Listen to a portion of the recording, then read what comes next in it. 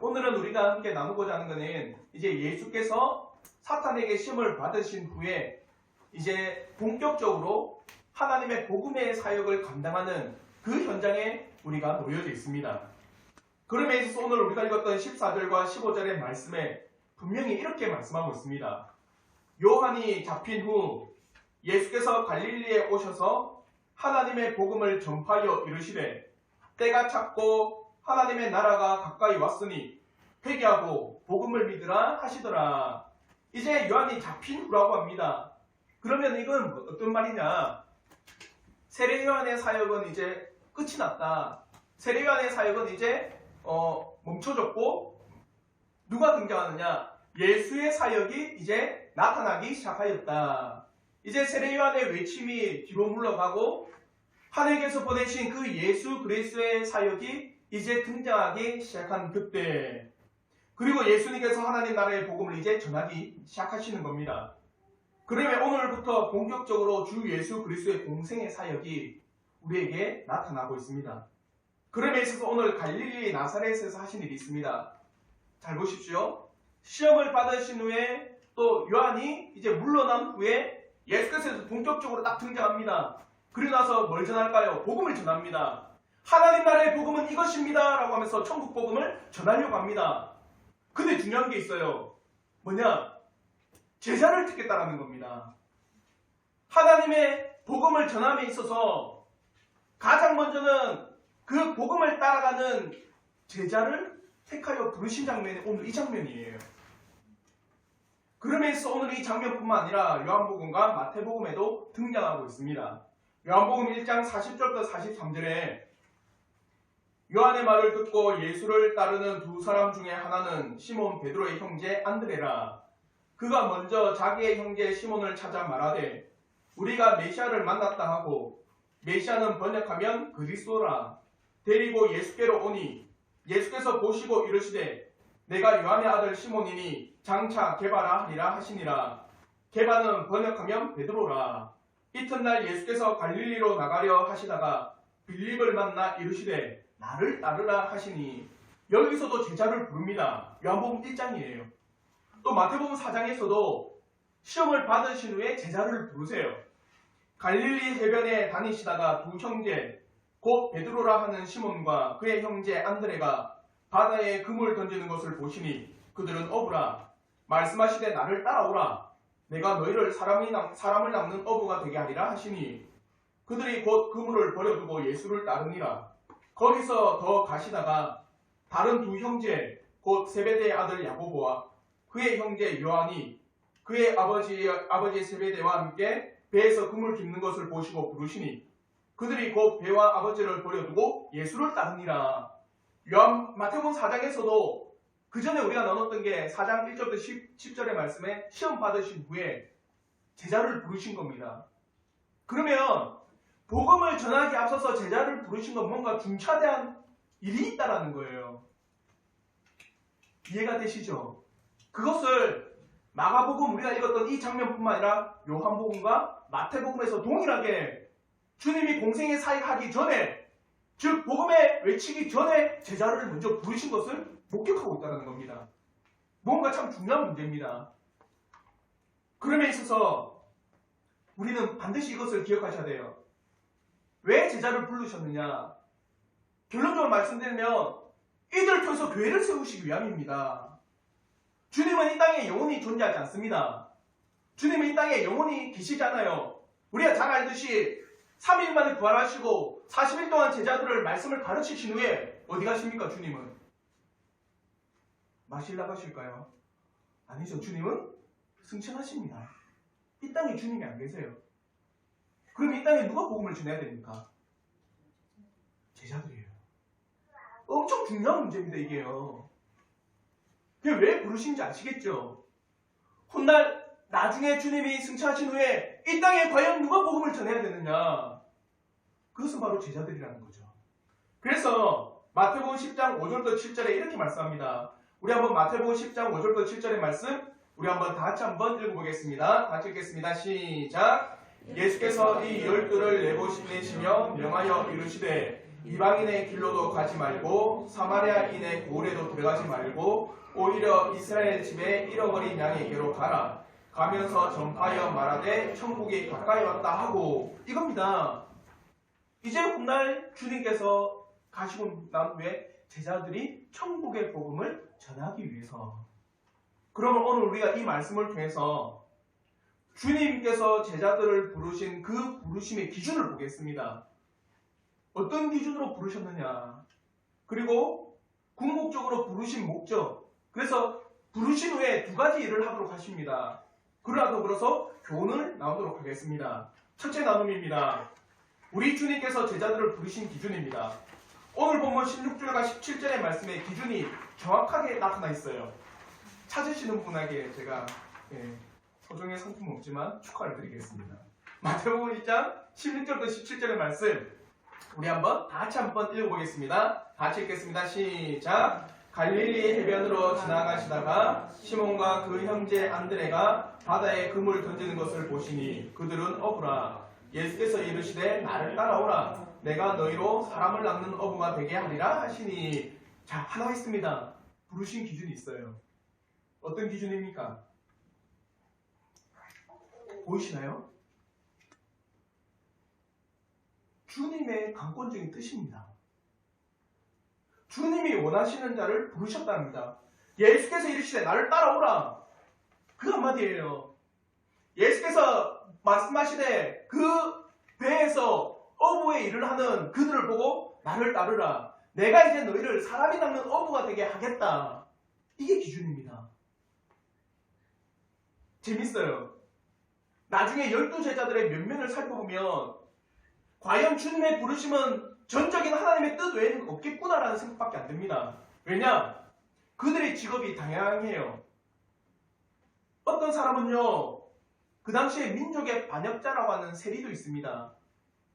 마태복음을 지은 저자 마태, 그 세리입니다. 세리 마태거든요.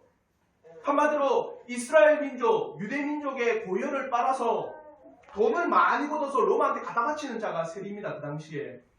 그래서 민족의 반역자입니다. 근데 더 재밌는 건 뭔지 아세요?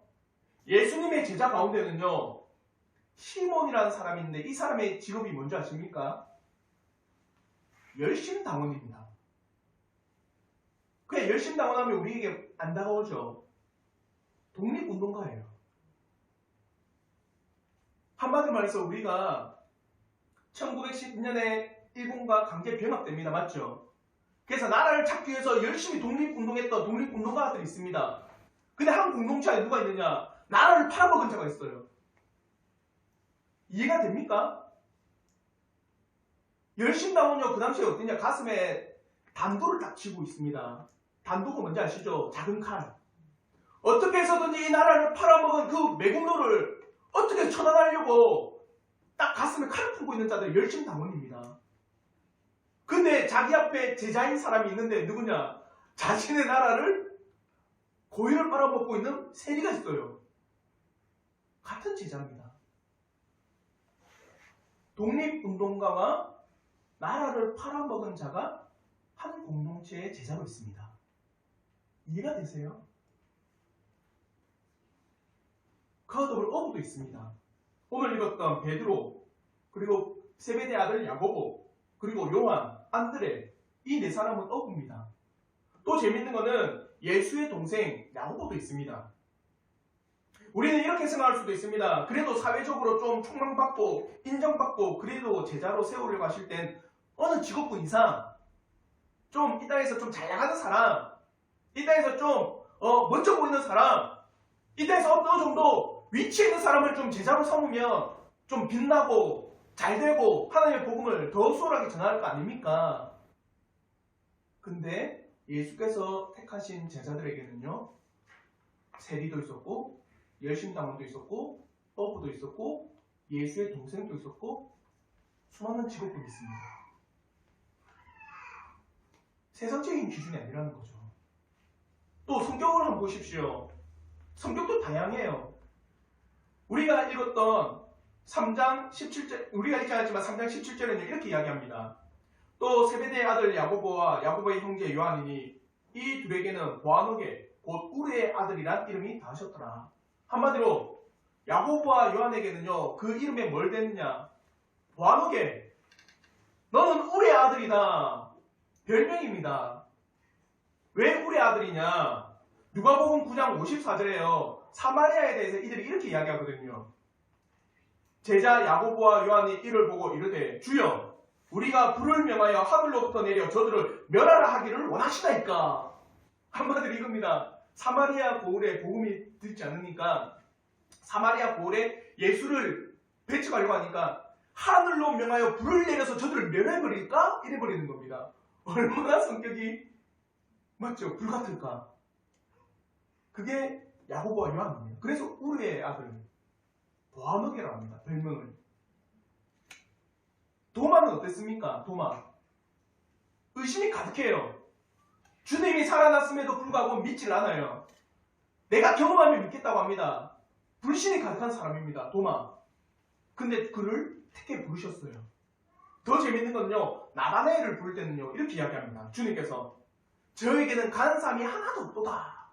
나다나엘에게 그 간사함이라고 하는 이 헬라는 뭐냐? 강교, 과도로 속이고 거짓하며 또 성품이 원하지 않다. 한마디로 강교함이 없더라. 이 말은 뭐냐? 성품이 온화한 사람이에요. 성품이 매우 좋은 사람입니다. 오늘날로 말하면 나다나엘에 대해서. 그래서 요한복음 1장 46절부터 47절에 이렇게 이야기합니다. 예수께서 나다나엘이 자기에게 오는 것을 보시고 그를 가리켜 이르시되 보라 이는 참으로 이스라엘 사람이라 그 속에 간사한 것이 없도다. 나다나엘이 이르되 어떻게 나를 아시나이까? 예수께서 대답하여 이르시되 빌립아 빌립이 너를 부르기 전에 내가 무화과 나무 아래에 있을 때 보았노라. 생각해 보십시오. 베드로는 어떻습니까? 불같은 성격, 급한 성격, 앞뒤도 안 재고 바로 뛰어드는 성격입니다. 나다나엘은 온순합니다. 야고보와 요한은 성격이 급하고 성질이 어찌 보면 다혈질적인 성질을 가지고 있어요. 도마는 의심이 많습니다. 한 군데 같은 성격이 없어요. 여러분 같으면 누굴 제자로 삼겠습니까? 좀 마음이 온순하고 내 말을 좀 잘 듣고 내 말을 좀 잘 따르고 성격이 부드러워서 사람들에게 잘 다가가시고 그래도 복음을 전할 때 저 사람 참 착한 사람이니까 저 믿을 만하다 이런 사람 택하지 않겠습니까? 근데 주님은 성격의 기준도 없어요. 이해가 되시죠? 고향을 보십시오. 한 고향이 없습니다. 가나안인도 있고 가나인도 있고 갈릴리 출신도 있습니다. 우리 같으면 뭔가 세련된 도시, 대도시에 있는 사람들, 그래서 뭔가 잘 배우고 많은 문명의 혜택을 받아서 어떻게 사회가 돌아가는지를 잘 아는 그런 사람을 택해서 주님의 복음의 일을 시켰으면 좋을 뻔한데 시골 사람들입니다. 나이도 다양합니다. 배웠던 학식도 다양해요. 그래서 어느 것 하나 맞고 어느 것 하나 같은 게 없습니다. 하나도. 직업도 다양하지, 성격도 다양하지, 고향도 다양하지, 나이도 다양하지, 그와 더불어서 배움도 다양해요. 제자들을 부르신 기준이 뭘까요? 세상적 기준은 찾아볼래야 찾아볼 수가 없습니다. 제자들을 부르신 기준의 유일한 기준은요, 주님께서 택하여 부르셨더라. 이거예요. 우리 같으면 뭔가 이 땅에 잘난 사람 부르고 싶지 않습니까? 여러분 같으면 어떤 일을 하는데 그 일을 맡기기에 정말 최적의 뛰어난 학식과 대도시에서 수많은 문명과 문물을 접하고 이 사회가 돌아가는 것도 잘 파악해서 나에게 좀 유언을 남길 만한 그런 사람 뽑고 싶지 않습니까? 주님의 택하심은요, 온전히 주님의 기뻐하신 그 뜻 안에 모든 게 다 있어요. 이게 주님의 기준이었습니다. 그럼에 있어서 주님께서 이렇게 제자들을 택하신 후에 뭘 하셨느냐? 왜 주님께서는 이렇게 다양한 직업, 다양한 성격, 다양한 출신, 다양한 학벌 가운데 주님께서 사람들을 택하여 뽑으시고 이들 중에 하시고자 하는 일이 뭐냐? 여러분은 왜 주님께서 이렇게 주님 제자들을 세우셔서 하신 일이 과연 뭐라고 생각하십니까? 오늘 읽었던 14절과 15절을 그리고 17절에는요 분명히 우리에게 말씀하는 게 있습니다. 우리 한번 마가복음 1장 14절 15절의 말씀 다 같이 한번 읽겠습니다. 같이 읽겠습니다. 시작. 요한이 잡힌 후 예수께서 갈릴리에 오셔서 하나님의 복음을 전파하여 이르시되 때가 찼고 하나님의 나라가 가까이 왔으니 회개하고 복음을 믿으라 하시더라. 뭘 전했습니까? 복음을 전했어요. 맞죠? 그리고 나서 제자들을 택하시고 뭐라 하느냐? 마가복음 1장 17절에 예수께서 이르시되 나를 어떻게 해요? 따라오라 합니다. 내가 너희로 사람을 낚는 어부가 되게 하시리라. 한마디로 주님께서 이 제자들을 택한 후에 하신 일이 뭐냐? 예수와 함께 있도록 하셨습니다. 목사님 이게 왜 중요합니까? 사랑하는 성도 여러분, 제가 말씀드렸죠? 이 제자들은 훗날에 나중에 뭘 전해야 됩니까? 복음을 전해야 돼요. 그러면 제자들에게 제일 먼저 필요한 게 뭡니까? 직업적 훌륭한 직업적인 라이센스? 직업적으로 뛰어난 달인과 같은 기술? 훗날 이들이 주님의 복음을 전하기 위해서 뭐가 있어야 될까요? 복음을 알아야 돼요. 복음을 알아야지 복음을 전하잖아요. 맞죠? 12명 뽑아놨는데 주님께서 자기와 함께 하지 않도록 그래 내가 너희들 제자를 세웠어 이제 알아서 해. 뭘 전하겠습니까 이들이? 복음을 전할까요? 주님이여 12명을 택하신 후에 뭘 했냐? 자기와 함께 하라고 했어요. 예수와 함께 함으로 말미암아 뭘 했느냐? 예수를 통해서 배우도록 하신 거예요. 가르치시고 그리고 복음이 무엇인지를 알려주시고 그와 더불어 예수와 함께 하심으로 말미암아 그리스도인의 삶이 어떠한 것인지를 직접 경험하도록 하셨습니다. 주님께서 택하신 제자들은요. 주님과 함께하여 예수님부터 배우고 예수님의 모든 것을 몸에 익히고 예수님의 모든 삶의 모습을 눈으로 보고 배우도록 하신 거예요. 그러므로 주님께서 부활하신 후 승천하시기 전에 제자들에게 이렇게 말씀할 수가 있는 겁니다. 마태복음 28장 20절의 말씀 우리 한번 다 같이 한번 읽겠습니다. 마태복음 28장 20절의 말씀 다 같이 읽겠습니다. 시작. 내가 너희에게 분부한 모든 것을 가르쳐 지키게 하라. 볼지어다 내가 세상 끝날까지 너희와 항상 함께 있으리라 하시니라. 사랑하는 성도 여러분, 내가 너희에게 분부한 모든 것을 가르쳐 지키게 하라. 모르면 할 수 있습니까? 절대 못합니다.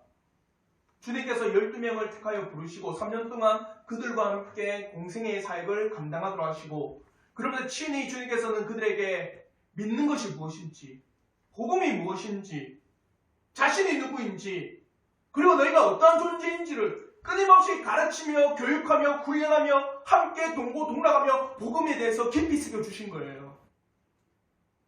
그러니까 훗날 주님이 떠나신 후에 제자들은 뭘 전할 수 있습니까? 복음을 전할 수 있어요. 그래서 제자들이 배운 후에 무엇을 하도록 하시느냐? 주님께서 함께 있게 하신 궁극적 이유는 바로 주님의 가르침을 그대로 제자들 또한 가르치라. 이에 대한 답이 14절 후반부와 15절 말씀에도 그대로 있습니다. 그리고 오늘 우리가 읽었던 17절에도 있어요. 예수께서 이르시되 나를 따라오라. 내가 너희로 뭘 낚는 어부? 사람을 낚는 어부입니다. 복음을 전하도록 하신 겁니다. 함께 있게 하셔서 주님께서 그의 삶의 모든 것을 가르쳐 주실 뿐만 아니라 사람을 낚는 어부가 되도록 하셨습니다. 즉 복음을 전하기 위해서 함께 있도록 하신 것을 우리가 분명히 보아야 합니다.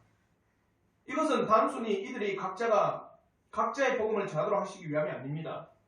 궁극적으로 훗날 주님께서 그가 승천하시고 이 땅에서 떠나 하나님의 보좌 우편에 앉으셔서 이제 복음의 일들을 제자들에게 맡기시기 위함입니다.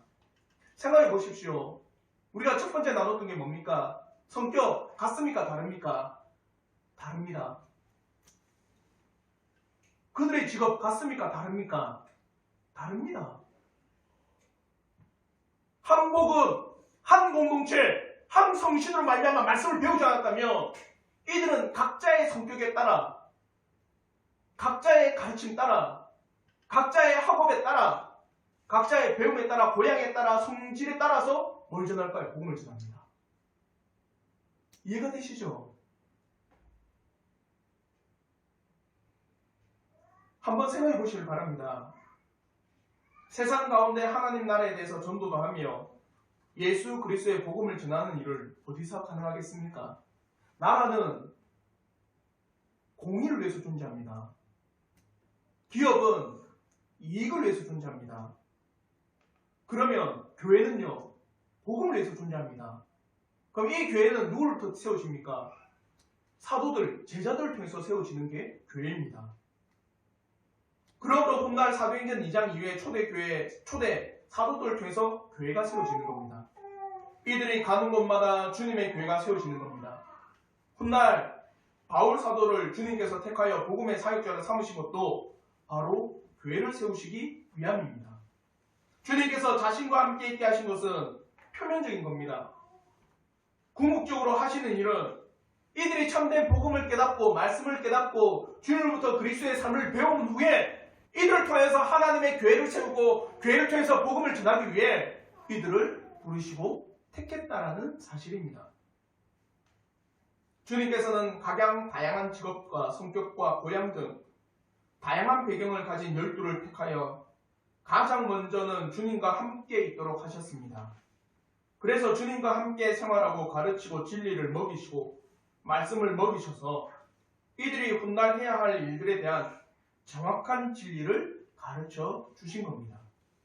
그리고 궁극적 목적, 궁극적 의도는 이 12사도를 통해서 주님께서 주님의 몸된 교회를 세우시기 위함이라는 사실입니다. 이것을 오늘 본문을 통해 우리가 배울 수 있는 거예요. 주님이 공생애를 하기에 앞서서 천국 복음을 전하기에 앞서서 12를 택하시고 그 택하신 제자들에게 주님이 함께 하심으로 말미암아 3년 동안 동고동락하면서 그들에게 복음이 무엇인지, 말씀이 무엇인지, 메시아가 누군지, 참된 도리가 뭔지를 도제 형식으로 가르친 거예요.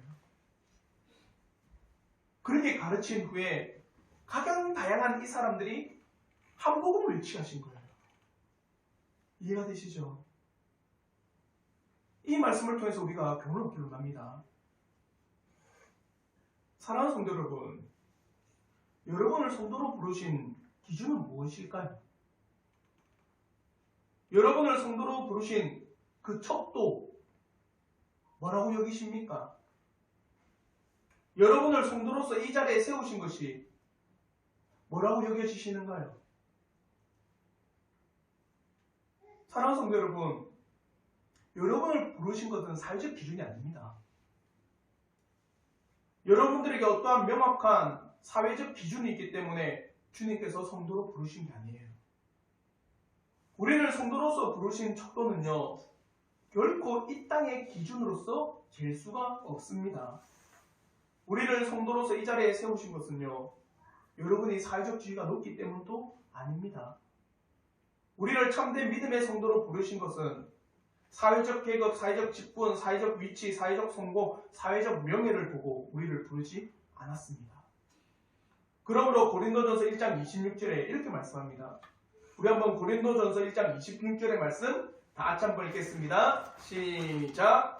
형제들아, 너희를 부르심을 보라. 육체를 따라 지혜로운 자가 많지 아니하며 능한 자가 많지 아니하며 문벌 좋은 자가 많지 아니하도다. 고린도전서 1장 26절에 이렇게 말해요. 너희를 부르심을 보라. 지혜로운 자가 많지 않다. 능한 자가 많지 않다. 문벌 좋은 자가 많지 않다. 어떠한 사회적 기준에 너희를 성도로 부른 것 하나도 없다. 우리를 부르신 기준은요, 하나님의 선하신 뜻 가운데 오직 우리 주 예수 그리스도의 은혜와 자비 가운데 우리를 부르셨다고 하는 이 유일한 기준밖에 없어요. 그러므로 디모데후서와 로마서에서도 이렇게 말씀합니다. 디모데후서 1장 9절의 말씀에 하나님이 우리를 구원하사 거룩하신 소명으로 부르심은 우리의 행위대로 하심이 아니요 오직 자기의 뜻과 영원전부터 그리스도 예수 안에서 우리에게 주신 은혜대로 하심이라. 사랑하는 성도 여러분, 여러분의 삶을 보면 절망이 되지 않습니까? 안 되는가 배? 저는 저의 삶을 보면 참 어떻게 내가 하나님의 나라의 백성이 될 수 있었을까? 내 삶을 보고는 도저히 그게 불가능합니다. 내 마음과 내 생각과 내 삶의 모습을 보니 하나님 나라의 그 입구에 아니요 그 초입에도 못 들어갈 것 같아요. 그 거룩한 하나님 나라에 나라고 하는 존재는요 발을 디딜 수도 없는 것 같아요. 근데 저를 성도로 부르셨습니다. 그 거룩한 소명을 따라서 나를 부르셨어요. 나의 행위대로가 아닙니다. 오직 자기의 뜻과 그리스도 예수 안에 있는 그의 은혜 때문에 우리를 부르신 거예요. 저는 이 사실 우리 성도들이 믿어지기를 진심으로 바랍니다. 사랑하는 성도 여러분, 여러분을 왜 성도로 부르셨을까? 여러분이 뭔가 이 땅에서 놀라운 명예와 기준과 직업과 수많은 사회적 신분 아닙니다. 전적인 하나님의 뜻 안에 부르신 거예요. 그와 더불어서 로마서 9장 11절에도 이렇게 말씀합니다. 우리 한번 로마서 9장 11절의 말씀 다 같이 한번 읽겠습니다. 다 같이 읽겠습니다. 시작. 그 자식들이 아직 나지도 아니하고 무슨 선이나 악을 행하지 아니한 때에 택하심을 따라 되는 하나님의 뜻이 행위로 말미암지 않고 오직 부르시는 이로 말미암아 서게 하려 하사. 행위로 부르셨다면 우리는요 설 수 없습니다. 오직 부르시는 이 하나님의 뜻 안에 부르심으로 말미암아 우리가 이 자리에 있다는 거예요. 이 자리에 어떠한 사람도 하나님 앞에 죄인이지 않는 자가 어디 있습니까? 다 죄인입니다. 모든 자가 죄인이고 모든 자가 하나님 앞에 심판과 멸망과 저주를 받아야 돼 합당한 존재들입니다. 근데 그의 뜻 안에서 우리를 부르셨어요. 어떠한 행위도 아닌 하나님의 전적인 은혜입니다. 사랑하는 성도 여러분, 그러면 여러분의 주권을 하나님 앞에 맡기십시오. 하나님의 뜻대로 우리를 부르셨고 하나님의 은혜 가운데 예수 그리스도를 보내셔서 우리를 성도로 삼으신 것 아닙니까? 여러분이 주권적으로 행사하신 게 있습니까? 하나도 없어요. 전적인 주님의 주권 안에 있습니다. 전적인 주님의 주권 안에 우리가 놓여져 있다면, 그 부르심의 전적인 주님의 주권이 있다면 여러분을 주님 앞에 맡기셔야 돼요. 여러분 인생과 삶과 모든 걸음을 주님께 맡기셔야 돼요. 주님의 주권에 여러분이 놓여져 있어야 됩니다. 끊임없이 여러분이요, 여러분 스스로가 밟아넘치면요 늪이에요, 늪. 절망밖에 없습니다. 근데요, 주님의 주권에 놓이는 순간에 그 모든 절망의 사슬이 끊어져요. 그 모든 절망이요, 쇠고랑이요, 그 착고가요 풀린다니까요. 주님의 주권 안에 살아가시기를 저는 진심으로 바랍니다. 정말 주님의 주권 안에 우리가 있음을 꼭 기억하는 이 한 주가 되기를 진심으로 바랍니다. 주님의 뜻 안에 제자를 부르셨다면 우리를 주님의 뜻 안에 성도로 부르셨음을 믿고 고백합시다. 그리고 두 번째로 우리가 깨달을 수 있는 것은, 그러므로 우리를 부르셨다면 사랑하는 성도 여러분, 주님을 알아가십시오.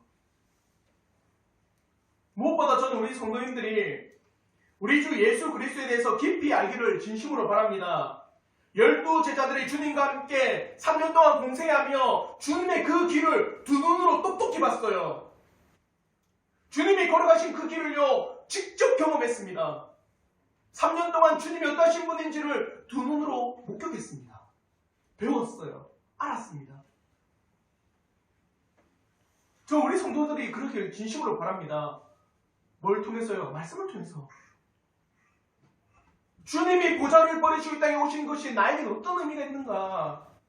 주님께서 지신 그 십자가가, 주님께서 살아나신 그 부활이, 주님께서 동정녀 마리아에게서 성신을 통해 난 이 놀라운 의미가, 승천하시고 이 땅에 다시 오신다는 그 놀라운 사실이 과연 나를 어떻게 변화시키는가? 나를 어떻게 그거에 대해서 살도록 하시는가? 사랑하는 성도 여러분, 저는 정말 여러분이 이 주님에 대해서 깊이 알기를 바랍니다. 그러므로 히브리서 12장 말씀에 1절부터 3절에 이렇게 말씀하고 있습니다. 우리 한번 히브리서 12장 1절부터 3절의 말씀 한번 다 같이 한번 읽겠습니다. 시작! 이러므로 우리에게 구름같이 둘러싼 허다한 증인들이 있으니 모든 무거운 것과 얽매이기 쉬운 죄를 벗어버리고 인내로써 우리 앞에 당한 경주를 하며 믿음의 주여 또 온전하게 하시는 이 예수를 바라보자. 그는 그 앞에 있는 기쁨을 위하여 십자가를 참으사 하나님 보좌 우편에 앉으셨느니라. 너희가 피곤하여 낙심하지 않기 위하여 죄인들이 이같이 자기에게 거역한 일을 참으신 이를 생각하라. 경주를 하듯 믿음의 주인 예수를 바라보자 합니다. 주님이 어떤 일을 하셨는지 바라보십시오. 우리는 지금 죽어도 여한이 없다고 하면서 자신이 바라고 소망하는 일이 이루어질 때 감사하지 않습니까? 부모님들은 보통 이런 이야기 합니다. 어떤 사람이 승진하는데 내가 그 첫째 아들이 승진하는데 내가 죽어도 여한이 없다. 이런 말 많이 들어보셨죠? 나만 듣는다고 생각하지 마세요. 다 듣고 있어요. 이거는요. 모든 사람 다 들어요. 모든 부모님들 그렇게 합니다. 내 자녀가 뭔가 된다면 소원이 없대요. 결혼 못한 자녀가 있으면은 뭡니까? 내가 그 자녀 결혼했으면 죽어도 여한이 없대요. 그만큼 바라는 겁니다. 근데 이 히브리서 기자는 뭘 하냐면 예수를 그만큼 바라고 있답니다. 경주를 하듯이 뛰어가면서 경주를 하듯이 어떻게 해서 그 예수를 내가 볼 수 있을까? 죽어도 여한이 없는 거예요. 예수를 볼 수 있다면. 진실로 내 영혼이 주를 볼 수 있다면요. 이 땅에 있는 모든 것을 다 없어도 저는 기쁠 것 같습니다. 그러므로 요한복음 8장 56절에는요. 아브라함에 대해서 이렇게 이야기합니다. 너희 조상 아브라함은 나의 때 볼 것을 즐거워하다가 보고 기뻐했답니다. 아브라함은 예수에 대한 뭡니까? 예표를 받은 사람이에요. 메시아에 대한 예언의 길. 메시아가 장차 오실 거라고 하는 그 사실을 볼 뿐이었습니다. 근데 이제는 봤어요. 얼마나 기쁠까요? 사랑하는 성도 여러분, 진실로 우리 주 예수 그리스도를 볼 수 있다면요, 이 땅이 얼마나 먼지와 같고 이슬과 같고 쉬 사라지는 안개와 같을 뿐임을 분명히 확실하게 알 수 있을 겁니다. 진실로 저는 우리 성도들이 예수를 보기를 진심으로 바랍니다. 예수를 가슴에 새기는 은혜가 있기를 진심으로 바라요. 주님이 어떠한 분인지를 배우고 습득하고 깨닫고 깊이 마음에 새겨지는 이 은혜가 한 주간 있길 진심으로 바랍니다. 그래서 말씀을 읽으십시오. 말씀을 읽으시고 기도하십시오. 그리고 정말 주님이 깨달아지기를 소망하십시오. 나를 찾고 찾는 이에게 주님은 분명히 말씀하십니다. 내가 그를 만나주리라. 정말 말씀 가운데 우리가 주님을 발견할 수 있는 은혜가 있다면 세상에서 얻는 가장 큰 기쁨 중에 제일 큰 기쁨입니다. 그래서 토마스 브룩스는요 이렇게 이야기해요. 확신, 지상에서 누릴 수 있는 기쁨이다. 내가 그 예수 그리스도에서 구원의 확신을 얻는다면 지상에서 얻을 수 있는 가장 큰 뭐라고 하는 겁니까? 기쁨이래요. 이 맛보고 싶지 않습니까? 여러분 맛집만 찾아다니지 마시고 예수 그리스도라고 하는 이 영혼의 맛을 찾으십시오. 그래서 어떤 우리 청교도들은요 그 말씀의 그 송골보다 다른 말씀이라잖아요. 맞죠? 성경에 보면요 꿀이 얼마나 단지 그 꿀보다 더 단 게 하나의 말씀이란데, 그래서 말씀을 뭐로 비유하냐면요, 음식에 비유해서 어떻게 우리에게 소화되는지를 비유로 표현한 사람도 있습니다. 그 말씀의 꿀을 한번 맛보면 잊지 않는다는 거예요. 자, 우리 성도들이 그 예수의 달콤함을 맛보시길 바랍니다. 제자들이 3년 동안 배웠던 예수를 우리 성도들은 끊임없이 배워나가기를 진심으로 바랍니다. 배우는 것뿐만 아닙니다. 그러므로 세 번째, 뭘까요? 우리를 부르시고 예수를 알려주신 이유는요, 궁극적으로 주의 몸된 교회를 함께 더불어 세우기 위함임을 고백합니다. 교회가 어떤 곳인지를 배우십시오. 교회의 특성과 교회의 독특성을 우리가 배우기를 바랍니다. 다양성 가운데 한 성령, 한 몸, 한 지체로 이룬 이 교회라는 곳을 우리가 직접 경험하며 직접 배우며 직접 세워나가는 은혜가 있기를 진심으로 바랍니다. 제자들은 다양해요. 성격도 다양합니다. 환경도 다양합니다. 고향도 다양해요. 직업도 다양합니다. 그런데 같은 게 하나 있어요. 3년 동안 주님을 통해 배운 복음이 같아요. 아시겠죠? 여기 있는 여러분, 나이 같은 사람 없습니다. 성격 다양해요. 다양하잖아요. 저는 다혈질이거든요. 근데 다혈질 아닌 사람도 있잖아요. 어떤 분은 박애주의자가 있다고 합니다. 우리 박평화주의자고 있는 반면에 정의를 못 참고 불의를 참지 못하는 정의로운 자도 있어요. 직업도 얼마나 다양합니까? 복지사가 있는 반면에 교사도 있고, 교사도 있는 반면에 의사도 있고, 의사도 있는 회사원도 있고, 얼마나 다양해요.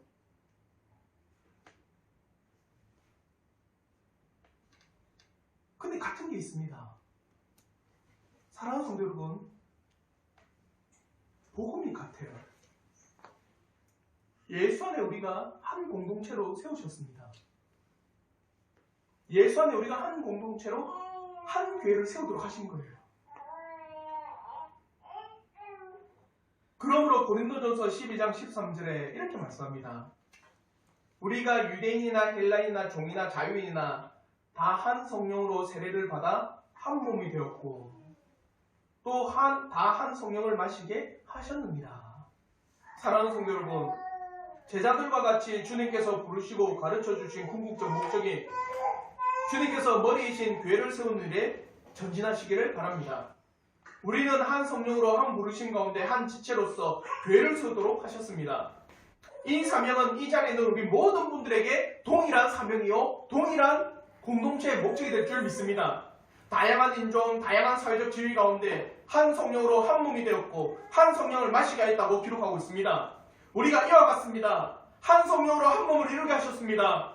이것이 우리에게 주어진 사명이요 소명임을 믿고 하나님의 몸된 교회를 든든히 세워나가는 은혜가 있기를 진심으로 바랍니다. 그러므로 에베소서 4장 4절의 말씀, 우리 마지막으로 한번 이 말씀을 다 같이 한번 읽겠습니다. 에베소서 4장 4절의 말씀 다 같이 읽겠습니다. 시작. 몸이 하나요 성령도 한 분이시니 이와 같이 너희가 부르심의 한 소망 안에서 부르심을 받았느니라. 아멘이십니까? 정말 이 한 소망 안에서 한 몸을 만드시고 주의 몸된 교회를 이루게 하셔서 그의 교회를 섬기도록 하셨습니다. 사랑하는 성도 여러분, 성격이 다양하고 직업이 다양하고 학업도 다양하고 가정 환경도 다양하고 모든 것이 다른 우리지만 한 복음 안에서 한 공동체를 세우셔서 주의 몸된 교회에 부르셨다면 이 교회를 든든히 세워나가는 은혜가 있기를 진심으로 바랍니다. 이걸 왜 우리를 부르셨어요? 이 부르심의 소명 가운데 늘 나가시는 하나님의 자녀가 되기를 진심으로 바랍니다. 말씀을 맺겠습니다. 오늘 우리 주님께서 12제자를 부르신 그 부르심의 궁극적 이유를 오늘 우리가 살펴보았습니다. 주님께서는 자신의 능력이 없고 바빠서 12제자를 부르는 것 아닙니다. 주님께서는 각양 다양한 사람들을 부르셔서 예수 그리스도와 함께하여 한 가르침으로 한 교회를 세우시기 위해 부르셨습니다. 우리가 이와 같아야 할 것입니다. 각양각색의 사람들이 지금 이 자리에 모여 있습니다. 그 포면은 다 달라도 우리가 주님의 말씀 안에서 한 가르침을 받았습니다. 그리고 그렇게 하나로 우리를 가르치신 궁극적 이유인 한 성령 안에서 한 교회를 세우도록 하셨습니다. 이 부르심 앞에 우리의 신앙을 신실히 세워나가기를 진심으로 바랍니다. 그와 더불어 하나님의 주님의 말씀을 알고 그 말씀을 잘 배워 주님에 대해서 깊이 알아가는 은혜가 있기를 또한 바랍니다. 그러면 우리가 한 공동체로서 더욱더 주님의 나라를 소망하는 주님의 신실한 자녀가 되기를 주님의 이름으로 축원합니다. 기도하겠습니다.